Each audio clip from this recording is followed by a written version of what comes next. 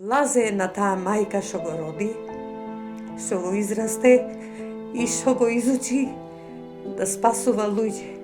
Ако не беше тој, јас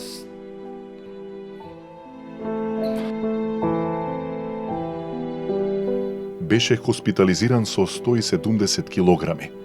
Тешка здравствена состојба и со малку надеж дека еден ден ќе може да се врати во нормала. сега на празник прочка, ја напуштам клиника, а после 30 дена, така да се чувствувам исто овде како дома.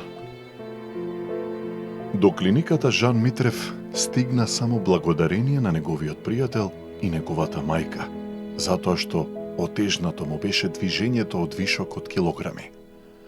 Но по 30-дневен интензивен третман, Миле Тренчевски ја напушта клиниката со 35 килограми помалку. А тоа му овозможува после 5 години конечно сам да ги врзе патиките пред да си замине. Стварно, после толку време, тешко е да се разделиш со некој, што ти овозможува втори живот. Овие солзи на неговите очи не се случајни. Без помош од неговата мајка, пред само еден месец Миле беше практично неподвижен. Станав са бајлето и го прашав како ти е состојбата, Миле. Тој ми рече, мамо, состојбата појче се влошува. Како е то така? Така рече, јас лошо се чувствувам и ми се чини дека нема да преживеам.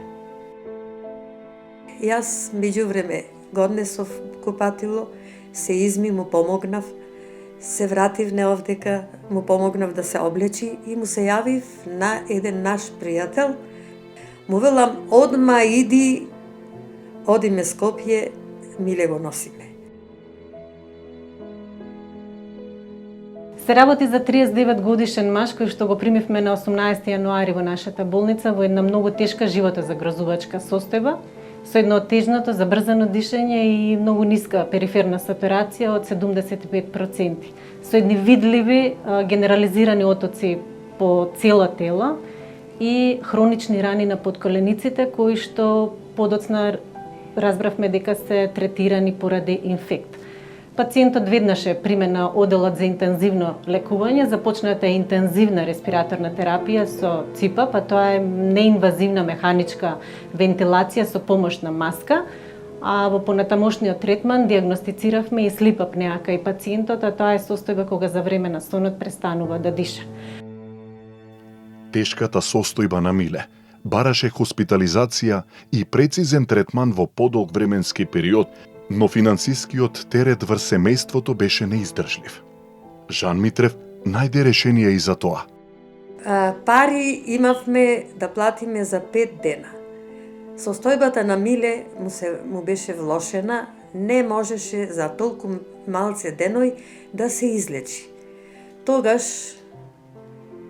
доктор Жан Митрев, заедно со неговиот персонал, реши да се лечи уште цел месец, да дојдат нозете до некој степен. Затоа јас нему крајно му благодарам. Можам да речам вака. Блазе е на таа мајка што го роди, што го израсте и што го изучи да спасува луѓе. Јас имам еден син, се вика Миле, и Госпо, сега Жан Митрев мене ми е втор син. За мене.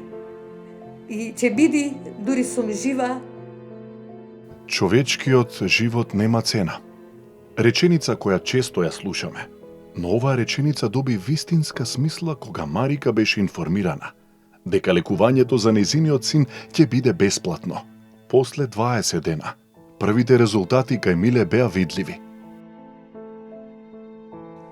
Тука сум 20 дена, грижен од страна на самиот персонал.